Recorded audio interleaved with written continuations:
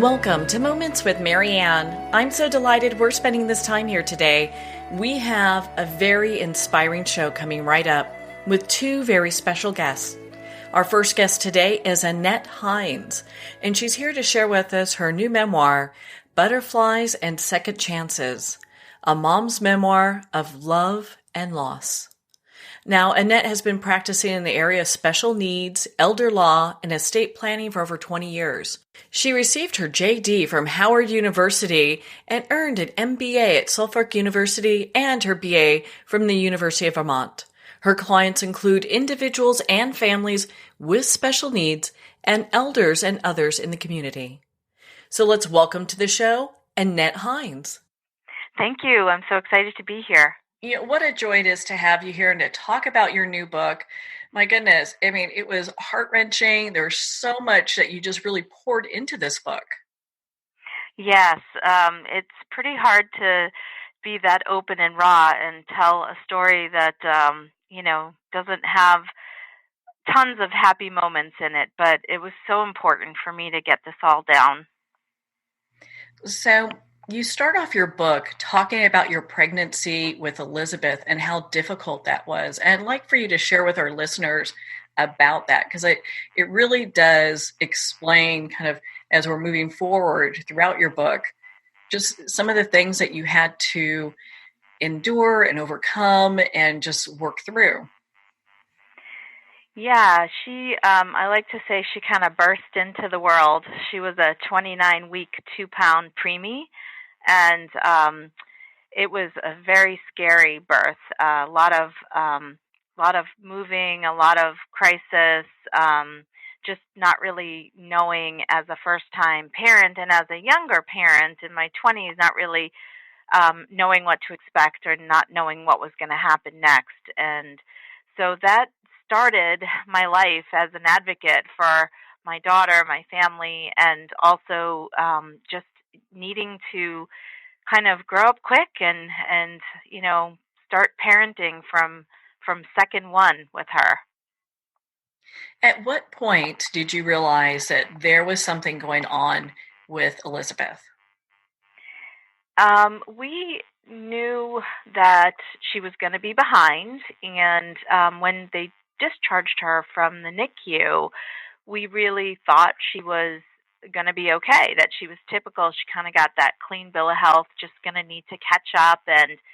But she wasn't meeting all of her milestones, and being the very type A personality that I am, I read a lot of books and talked to a lot of people. And finally, my mom came to visit, and, it's always the moms that know. And she noticed that Elizabeth wasn't sitting up, wasn't holding her head up, and even though she was a preemie, it just seemed like things were not right. And then Elizabeth started having these seizures, and so we ended up in the ER, and we found out that there was a lot more going on. What ended up being the diagnosis for Elizabeth? After a long journey, she was about 2.5 when we finally got diagnosed with mitochondrial disease, which is a rare disorder and hadn't really been around that long. I think it was discovered in 1989, and this was, the late 90s, so we're talking 10 years. So for us, there was still a lot of questions, a lot of mystery, and just not a lot of answers to go along with them. And we just needed to kind of treat each symptom as it came along. But we really were just trying hard just to be a family and to enjoy our lives and do typical things. So for that 2-year period, I mean, you guys were really trying to figure out what was going on before she was, diagnosed. Yeah, we had a lot of back and forth with some doctors. Some of the treatment that we got was great, some of it not so supportive, and it really started to dawn on me that I was really going to have to become Elizabeth's expert. I was going to have to be the expert in the Elizabeth, disease or the Elizabeth diagnosis, because there were a lot of professionals, and each had some piece, but there wasn't one place to go for all the answers. So did you start keeping files on Elizabeth yourself? It sounds like because you just, with your type A personality, you're just really diving into all the information and trying to find the answer. Yeah, I really did that. We had a lot of paper. I still have all the Elizabeth paper. I haven't gotten rid of any of it yet. But besides that, I just you know, I have to say I wasn't it wasn't a quick transformation for me. As I talk about in the book, I went through a lot of emotions, and I spent a lot of time in the early years just being mad about everything that, this was, kind of my life, and it wasn't what I expected, and I was mad and upset that she, had to have this life herself, and it took me a long time before I got to the beauty of it all. And that's why I thought it was so important to write the book, because in the early days it was very lonely, and I really didn't have a lot of places to turn for support. There were a lot of people who were feeling for me. There was family and there were some friends, but nobody who really kind of got where I was at that time. It's kind of pre-internet, and not really um, a lot of places for support groups or chats or anything like that. So it just was such a long, long journey, a long process. So even though I started trying to become a good advocate and I started trying to become the expert, it took me a long road to get there. I've got so many questions for you here. I do want to get into your story before we start talking about how your story actually is helping people today. We also talk about, and you share in your book about how, you were married and then the marriage kind of falls apart. Yeah, that's just an unfortunate reality for so many of us with special needs kids or kids with special health care needs. It's it's a tragedy, but it's true that people just digest these things differently, and they deal with this kind of trauma differently. And with Elizabeth, there was trauma all the time. There was so much emotional assault because there were always crises to deal with. There were always things going wrong, and um, my husband and I just were not on the same page, and it was challenging to kind of connect, and the marriage just disintegrated. You hear that happening so many times when people go through really difficult situations, and it really puts a lot of strain on a marriage. It doesn't make one person bad or better than the other or anything like that. It's just a lot of stress. Yeah, the stress definitely killed us, and just again not being able to be on the same page about um, just how to take action and how to do things. Um, he was very depressed and had a hard time just trying to make decisions about anything, and I just felt the burden and the weight of it all. Yeah, for sure. You had to be the strong one for your family. Yeah, because you have other children as well. Yeah, so in between, before my marriage split up, we did have another daughter, Caroline, who was such a joy. It was really healing to have a different birth experience and a different, baby experience. Um, it's I know it's kind of hurtful, and some people cringe when I call Caroline my do-over baby, and I know that's not awesome for me to say that, but it's just the honest, raw truth of it all. I just wanted an experience like everybody else had, and it was really good for me. It was really good for our family, and the sibling relationship was really good for both of them. So I'm so happy that we did that.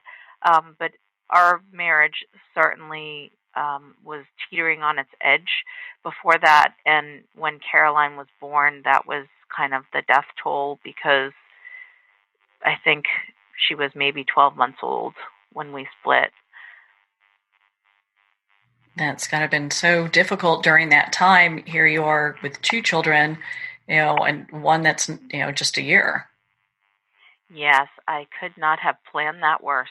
Oh It my was quite a goodness. disaster. I'm so sorry. Because I mean, that isn't that how it goes, though. It seems like when it rains, it pours, we're hit with everything. But I really applaud you because it really shows like the strength of a person's character being able to go through such difficult times. Oh, thank you for that. I'm not sure I felt so strong at the time. Looking back at it, I was able to, through writing the book, really reflect back on a lot of the things that had happened in the early years, and just feel, proud of what we as a family were able to accomplish. I was also really lucky. Had a supportive family. My mom actually moved in with me, and she was retiring soon, and she was really there and able to help me. Not everybody has that in their life, but it saved us for sure, because having that extra pair of hands, and although she was not always wonderful with Elizabeth's medical issues, she was great with Caroline, and she was a loving grandma to Elizabeth, and it was nice because there, I'm not sure how many of your listeners experience this situation, but there is no daycare. There is no after school program for kids like Elizabeth. When you have all of the medical issues that she had, seizures and being in a wheelchair, and having a G tube to feed her, you can't just go to your local after school program or your local daycare for the support that you need to work. So having my mom available was just the most awesome thing on the planet. I'm so glad you had that support. And it's interesting as people read your book, Butterflies and Second Chances, they're going to actually see how this has all shaped your career. And I'd love for you to share that with our listeners. Yeah, well, I had just finished law school when I had Elizabeth, hadn't even taken the bar yet. And I definitely had already committed myself to doing some kind of civil rights work. But hadn't really decided what. Maybe, women's issues, women and children, wasn't really sure. But then along comes Elizabeth, and I'm like, okay, this is what I'm supposed to do. So ever since then, it's been several decades now, I have really focused only on people with special needs and special healthcare needs. So I've really been able to fulfill, kind of the original goals that I had, and do it in such a meaningful way. Elizabeth just completely informed my career, and it's a career that I love. I really just am so grateful that she brought me into this world. It sounds like you're so passionate about what you do that you're really at the right place, helping people. So, what are some of the first steps like a parent should take if they know that they're having a child that has special needs?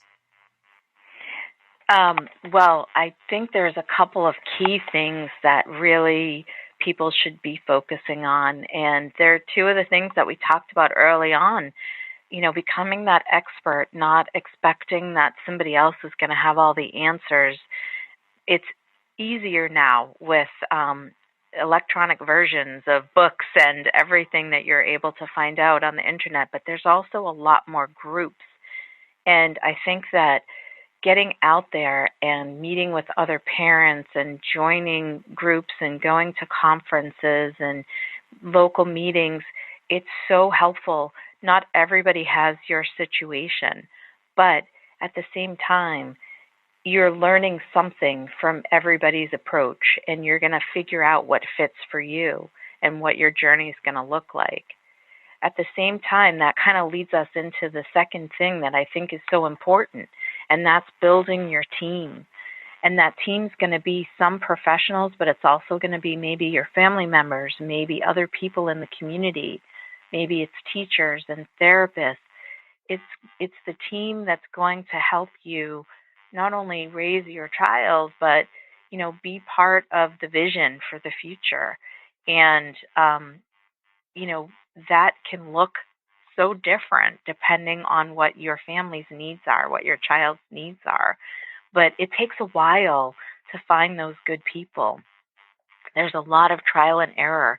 Some people fit for a season and then they're not, part of the team anymore because things change.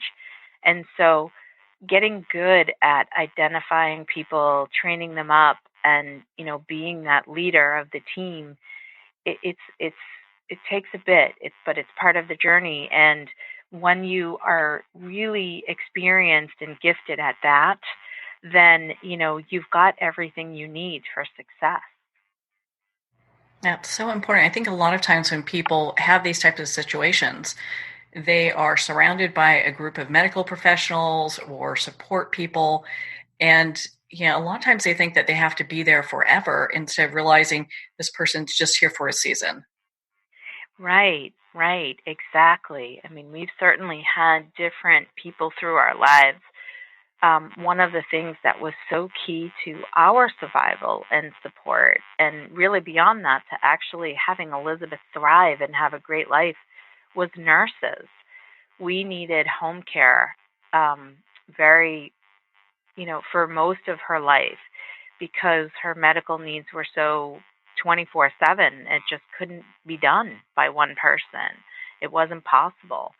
And we've had, nurses who have been with us a long time, and we've had nurses who stayed for a short period of time, but everybody was contributing and everybody had their part to play on the team, on Team Elizabeth. In fact, when we did the first ever walk for Mito, mitoaction.org was an organization that got started when Elizabeth was young, actually, and it was great for family support. So we called it Team Elizabeth, and we had a big team out there walking for her because it kind of showed what our team looked like at that time. But the nursing has been key for us, and finding those special people who can deliver care in your home, which is a very delicate environment to be in. You're in the middle of somebody's life. Um, it's not great for them, it's not great for you, but you learn to make it work for the benefit of the patient. And when it's home care, it stops being a patient. It's a child. It's a child who wants to go out and play with friends or go to their Girl Scout meeting or whatever else you know is going on in that child's life. Without nurses, Elizabeth couldn't go to school. She wasn't safe in school without a one-to-one nurse for most of her life. So that was a big part of our team, and it took a while to get good at fitting those people in. In fact, as Elizabeth got older, she really took part in helping to select, in a sense of, even though she couldn't speak, she was able to, communicate with us and let us know if somebody was preferred staff or not preferred staff for her. If people didn't approach her with respect and dignity, she was not going to allow them to stay and care for her. So I know that's kind of a long-winded answer, but I really wanted to talk about what this team looked like for our family and just kind of highlight some of the ins and outs. And in fact, when Elizabeth was at the end of her life, we needed people who are different, who are able to kind of roll with the whole hospice idea. Not all nurses are comfortable with that. Not everybody is built and designed to help somebody at the end of their life. So again, that was another team for a different season. And it's got to be a lot of stress on you and the family.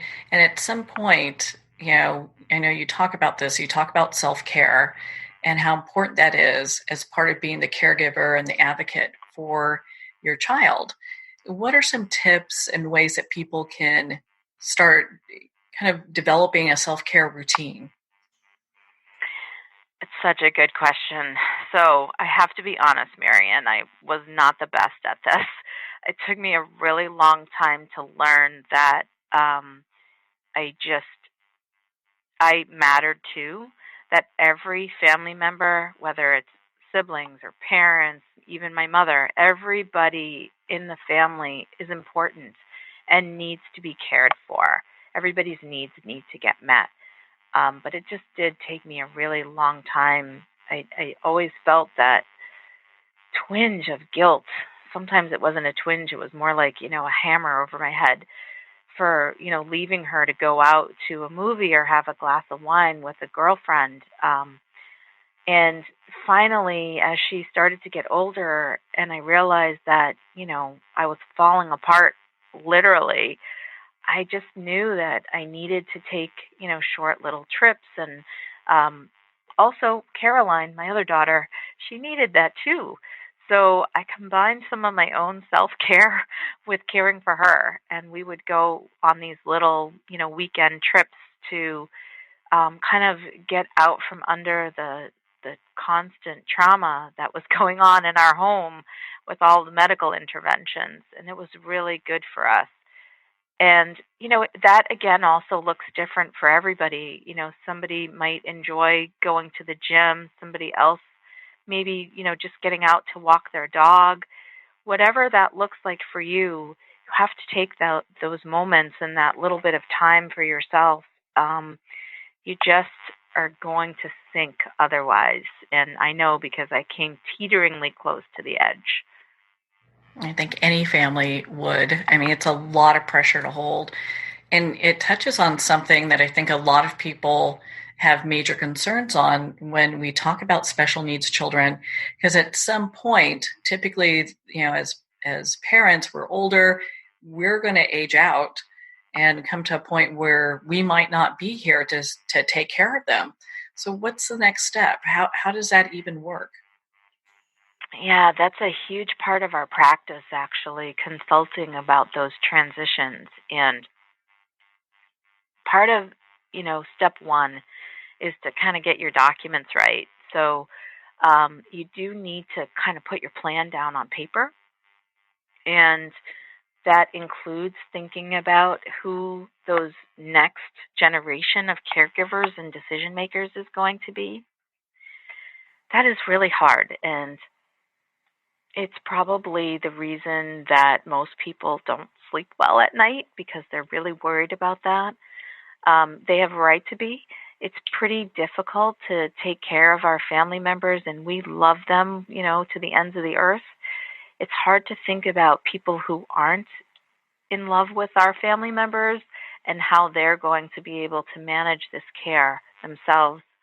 And then who's going to watch over that care system and continue on to be that expert and just all of the things that we have been able to do over decades of being with our child or even our sibling. But you have to get started because if you don't put a plan in place, then, somebody else is going to make those decisions for your child, whether it's a government agency, a court system, some more remote family member or friend. It really needs to be done by you. It kind of starts with just writing down what your wishes are and then developing a plan from there and taking a look at your professional team and having them help and have input and guide you. That's really where it begins. It's a discussion I know a lot of people don't want to have, but it's a needed discussion because, anything can happen at any time until you look at this going, I could be in a car accident or something can happen and you want to make sure that these things are set up. So special need children are at least living to the same level that you would expect had we still been here. Right. And really, this is the reason that I started out with writing the book. I do a lot of writing. I try to get out there. I speak nationally, and I have a podcast now too. Not everybody can afford an attorney. Not everybody has the the sophisticated special needs attorney in their backyard even. But the information is key and critical. And because we have all of these great electronic mediums now, we can get this information out to families to help them start working on that plan. There are a few pieces that probably can't be done without a lawyer, but so much of this really is just done within your circle, within your team. Now, can you work with people regardless of where they are? No, we actually only have a license in Massachusetts, but we have a network of people that we work with who are awesome, and we get calls from all over the country. So we are very, very good at connecting people with somebody in their area that can help them. Where can our listeners learn more about the book and the work that you do? So the book is on Amazon, and it's readily available in all your usual places, although Amazon is the easiest. And specialneedscompanies.com is our main website that has a lot of information. It's got the information about the podcast on there, where I'm going to be speaking, a lot of great blog posts that are informational, and some connections to other organizations. And there are a couple that I want to highlight that are national. The Academy of Special Needs Planners is a great place to go to find a practitioner in your area, and also to find resources in your area. And the National Academy of Elder Law Attorneys, that's NAELA, .org, is another place where you can go to find a practitioner and also get great resources in your area. So you can come to our website to find us, and also you can go to those other websites to get started on your journey in finding that special needs professional to help you plan. Well, that's so important. I felt your book, Butterflies and Second Chances, while it's a very moving story and heartfelt story, it's one that needs to be told. I think a lot of people out there need this information. Yeah, I'm so appreciative that you've given us this opportunity to talk about it today. It's just a dream of mine to make sure that Elizabeth's life continues to have meaning and that we continue to spread a message of hope out there. Annette, thank you so much for taking the time to be on the show with us here today. I really appreciate it. Thank you. Well, thank you, Annette. It's been such an honor to spend this time together and talk about your story. Again, if you would like to pick up a copy of Butterflies and Second Chances, you can at Amazon, Barnes & Noble, and all indie retailers. Well, on that note, we're going to pause here for a quick break. You've been listening to Moments with Marianne. We'll be right back after these messages.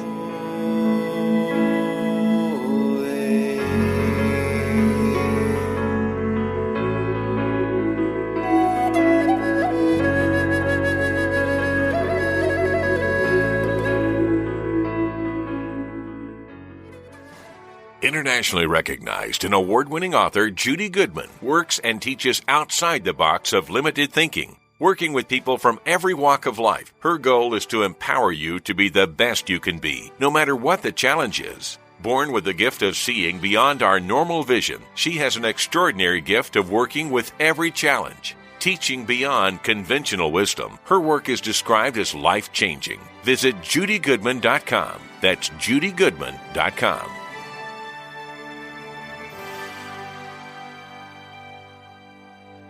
There comes a moment when you realize you're somewhere special, when you discover that each beautiful creature that you see has been rescued from a life of absolute horror and brought to this incredibly free place. Here's where their lives were forever changed and where yours will as well. Discover over 500 tigers, bears, and lions at the brand new visitor center at the Wild Animal Sanctuary just outside Denver. For more information, visit wildanimalsanctuary.org. Discover true freedom at the Wild Animal Sanctuary. There are nearly 2 million Americans living with amputation. Many live right here in San Antonio. Becoming an amputee can be scary, frustrating, isolating, but there's no reason to feel alone. The San Antonio Amputee Foundation is here to help support you and guide you toward resources such as home and car modifications and even prosthetic limbs. For more information or to make a donation, visit saamputee.org. We'll help you live a full, active life, one step at a time. San Antonio Amputee Foundation, healing limbs, hearts, and souls.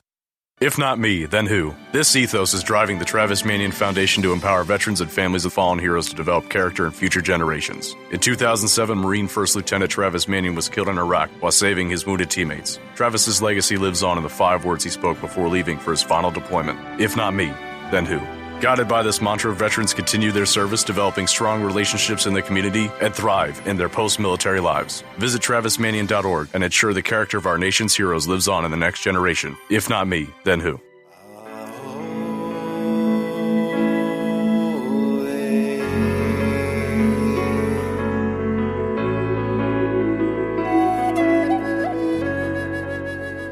Welcome back to Moments with Marianne. We're here today with our next special guest, Daniela Petrova, and she's here to share with us her new novel, Her Daughter's Mother. Now, Daniela grew up behind the Iron Curtain in Bulgaria. She came to the U.S. in her early 20s and earned a BA from Columbia University and an MA in counseling for mental health and wellness from New York University.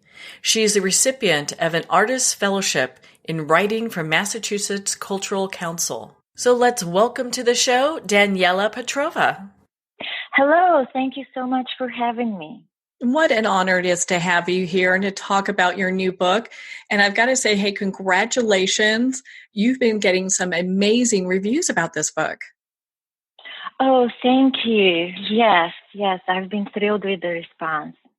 Well, and I understand you're a debut author, so with having this book out there, you've got to be so excited that it's been picked up and people are just loving it. I'm absolutely thrilled, yes. And it's been a long journey for me.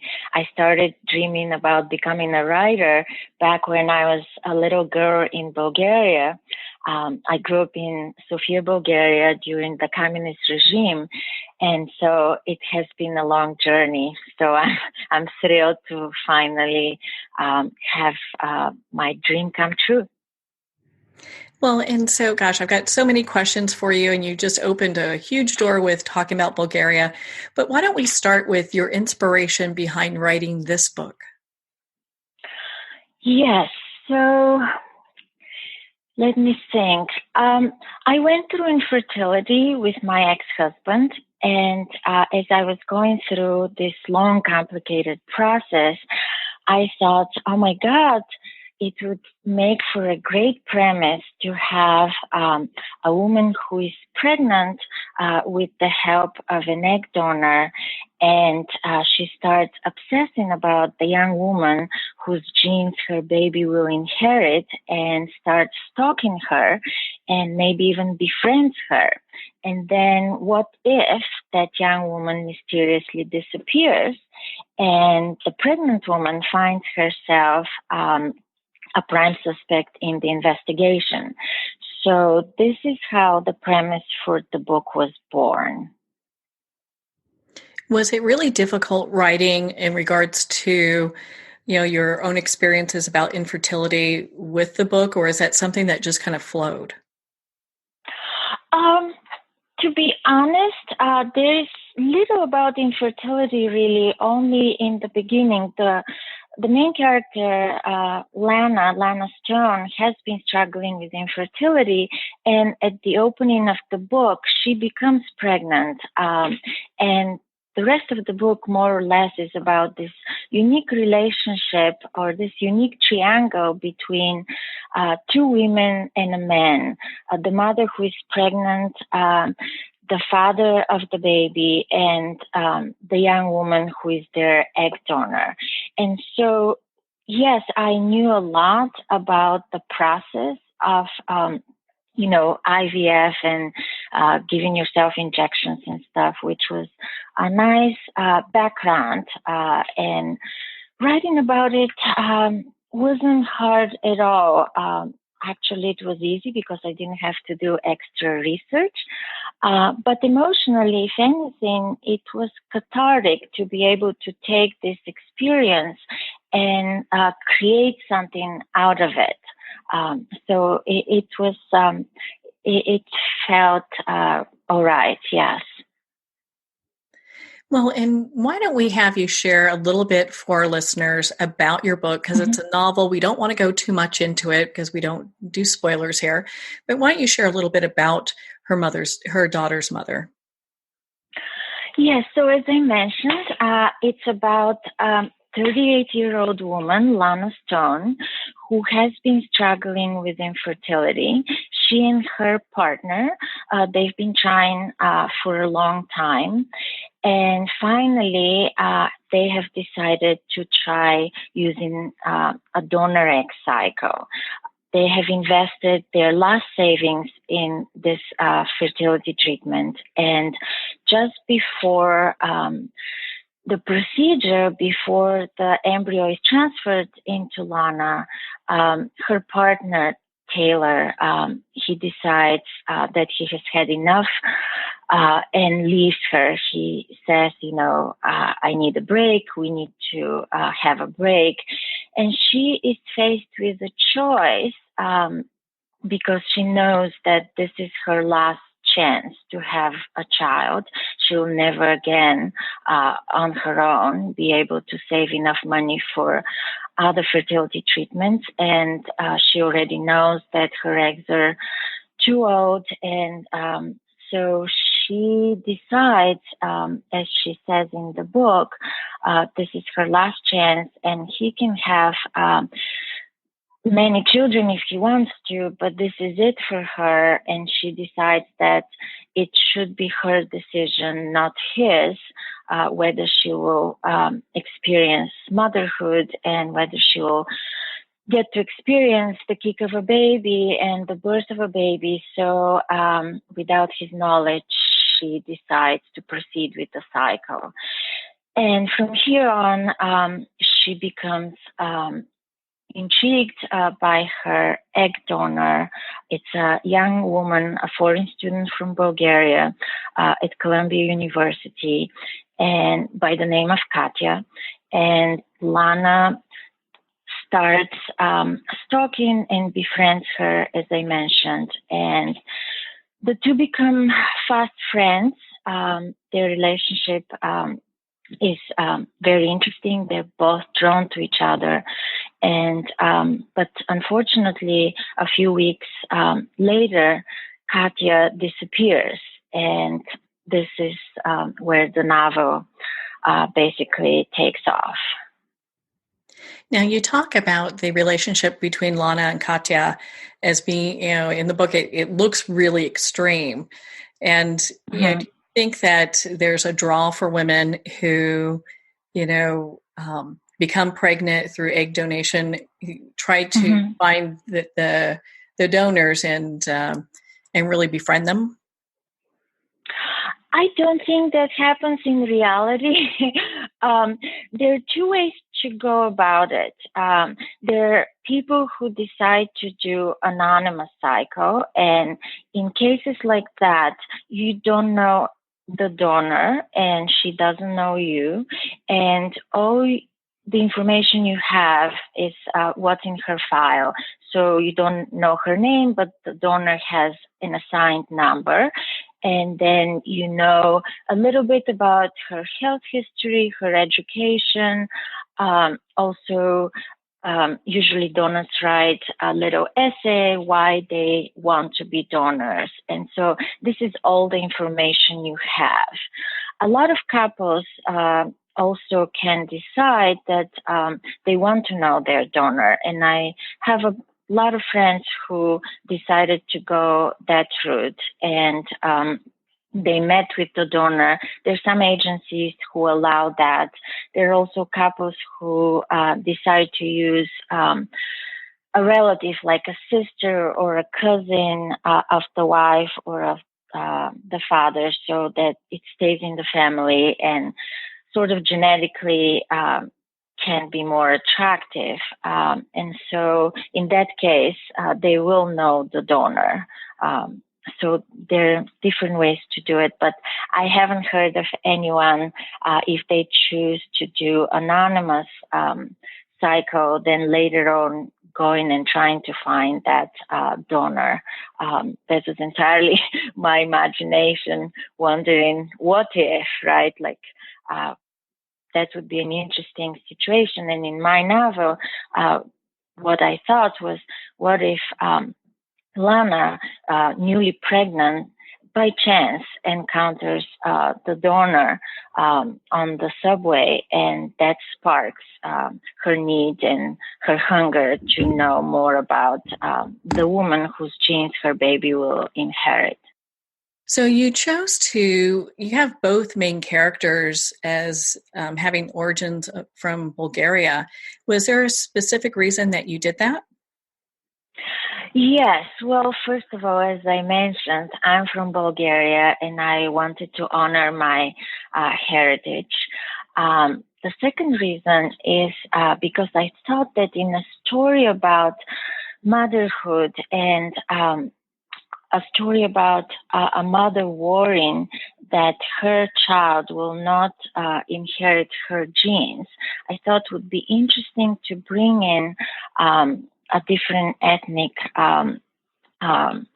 angle. And so as a Bulgarian, she thinks, if my baby can't inherit my genes, then at least I wanted to have the genes, the blood of my people.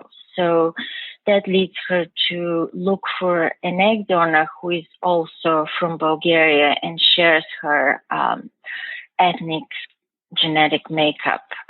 So that was why I thought it would be interesting. But I also loved writing about two women who are very, Lana is a first generation, or rather second generation immigrant. Her mother had immigrated and is Bulgarian, and Katya is a foreign student who has recently come to New York to study at Columbia University. So they're very different in that respect. Lana grew up in Chicago and is very American, unlike Katya. But also Lana sees in Katya a lot of her own mother, starting with the Bulgarian accent, which I'm sure you can hear. I also have it, and a lot of other Bulgarian cultural aspects. Well, I find that fascinating how you brought a lot of your own story into this and adds a lot of flavor to this book. Right. I hope so. I hope readers enjoy this additional flavor.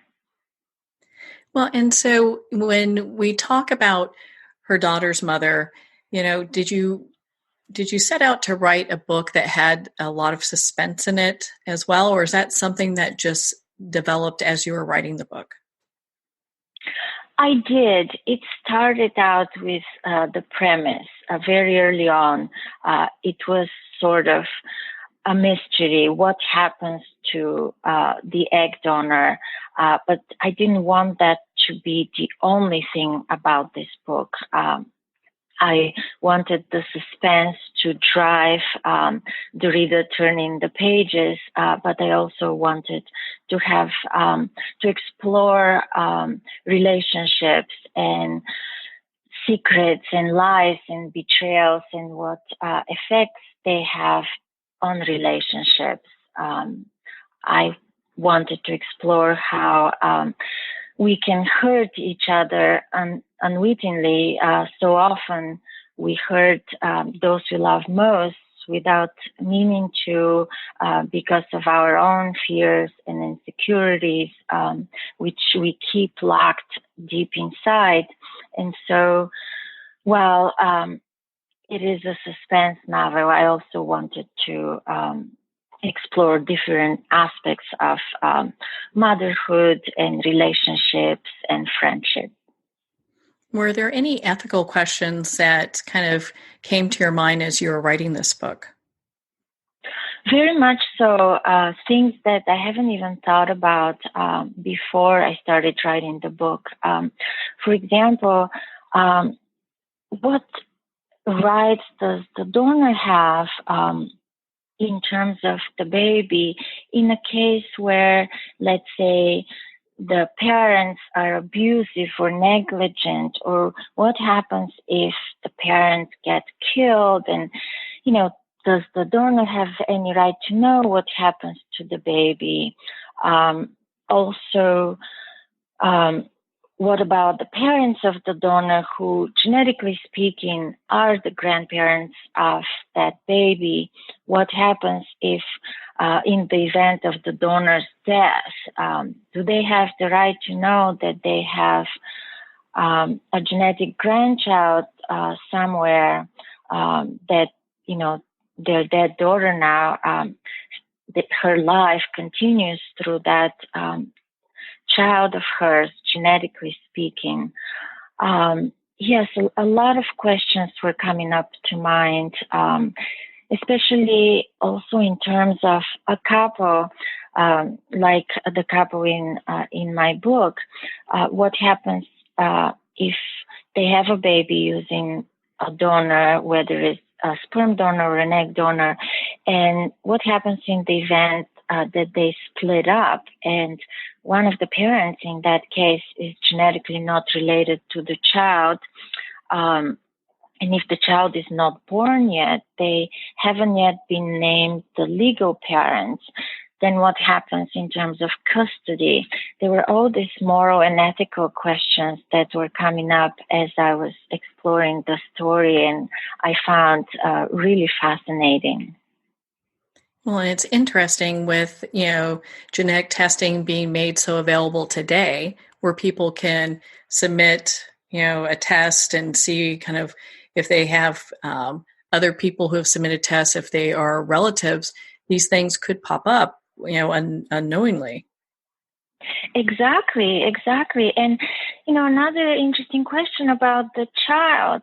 Does the child have the right, has the right to know, and whose duty is to enforce that? I have a lot of very good friends who used an egg donor, and they have been talking, like, when is the right time to tell their child? And there are a lot of books, thankfully, these days that talk about different ways of becoming parents, and can help introduce that idea to children at a young age, so that it's not that huge shock that some people have experienced as adults. And there have been some wonderful memoirs, like the memoir by Dani Shapiro, about finding out that her father actually genetically wasn't, and they had used a procedure in early fertility treatment with the help of a sperm donor.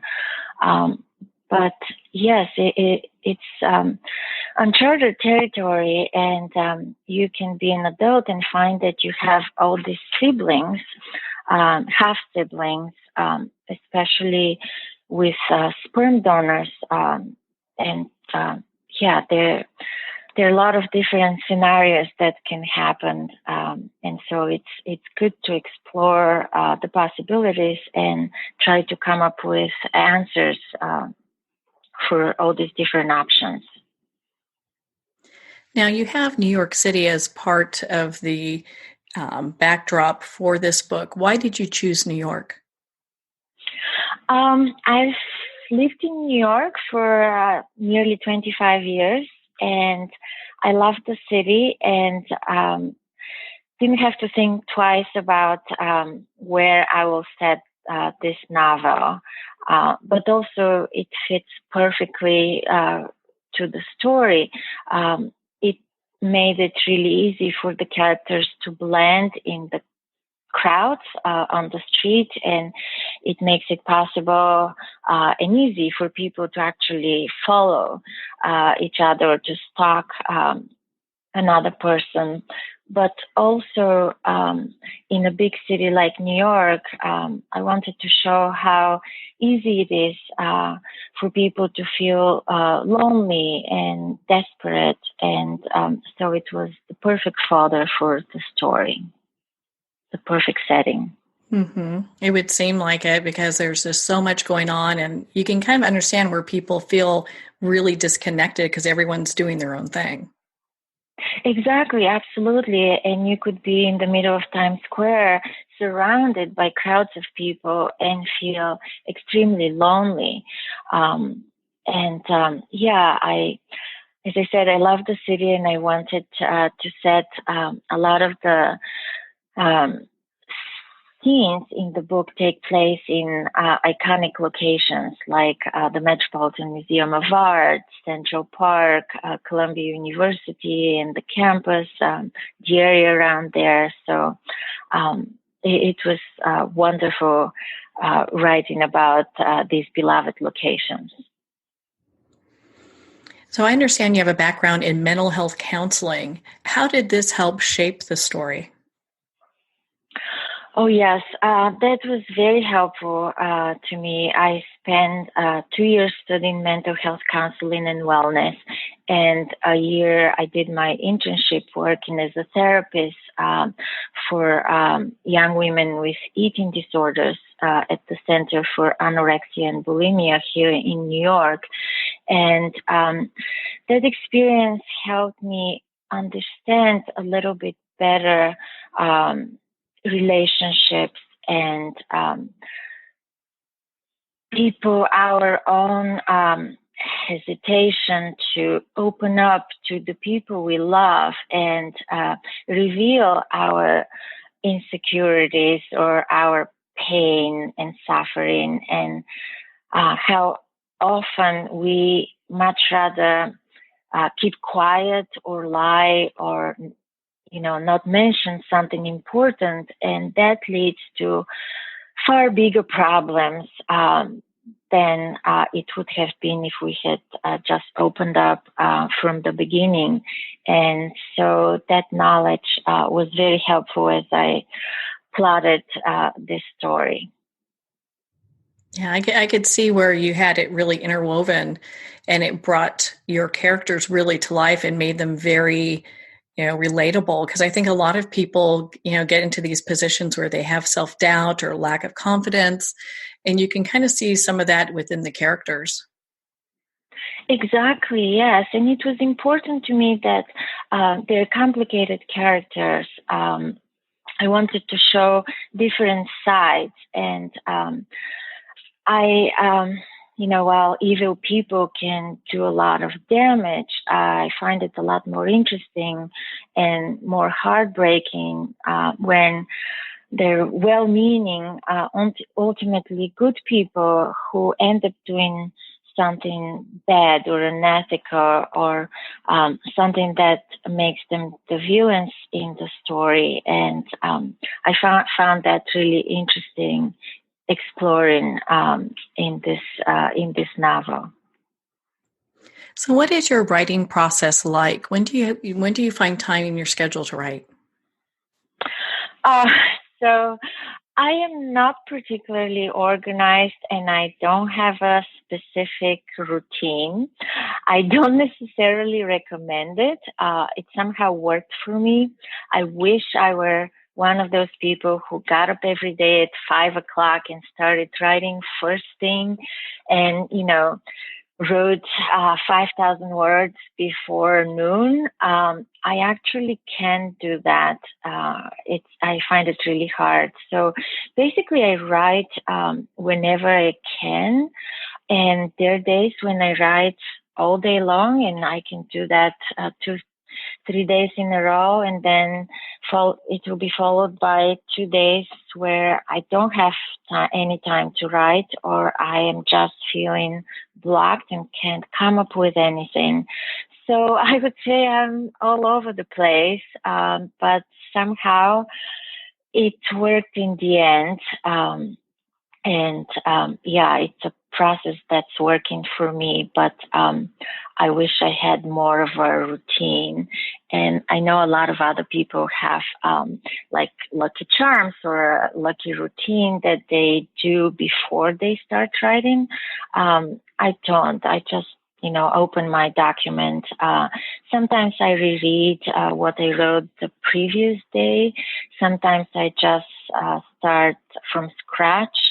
I believe that when you are immersed in a story and write pretty much all the time, if not every day, as often as possible, it brews in your mind even when you're not writing. And so I would come up with ideas, when I'm in the shower or walking or at the gym.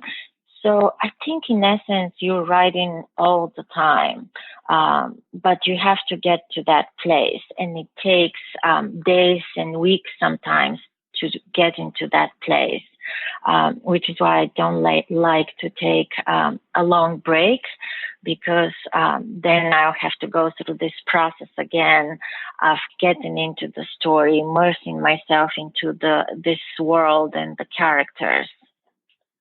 Yeah, that can be a big job, kind of getting back into your groove, and exactly going from there. Exactly, yes. It's hard. It takes a lot of days and weeks, perhaps. So what advice would you give new writers who are looking to start with their own book? I would definitely recommend taking classes. Classes have been very helpful to me. I have been taking classes for the past 2 decades. Even back when I could barely speak English, I was trying to write, and I was taking creative writing classes. You can learn so much, not only from the teacher and the instructor, but also from your classmates. It's wonderful to learn from great examples and great writers, but you also learn what not to do, both in your own work, but in the work of your classmates. So I very much recommend taking classes, and if not classes, then joining a writing group and reading or giving your work to other writers to read. And I think it's really important to develop thick skin early on, to be open to criticism, because this is how we learn. You have to know what's not working so that you can fix it. And it's not very pleasant to hear and to take criticism, and you can give yourself a day or two to process, but it's important to know that it has nothing to do with your abilities as a writer. So much of it is craft, and learning the craft is very important. Well, Daniela, where can people connect with you and learn more about your book and be part of your community? I am on social media at Daniela G. Petrova. I'm also, I have a website, danielapetrova.com.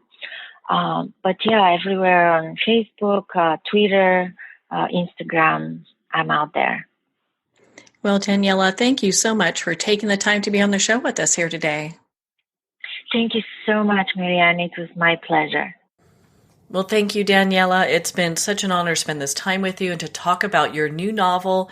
I know it's getting great reviews from Oprah's magazine to Hello Giggles. Everyone loves it. Again, you could pick up a copy of Her Daughter's Mother in Amazon, Barnes & Noble, and all indie retailers. Well, we're at the end of our time today. I would like to thank everyone for tuning in. You're listening to Moments with Marianne. And remember, make every moment count.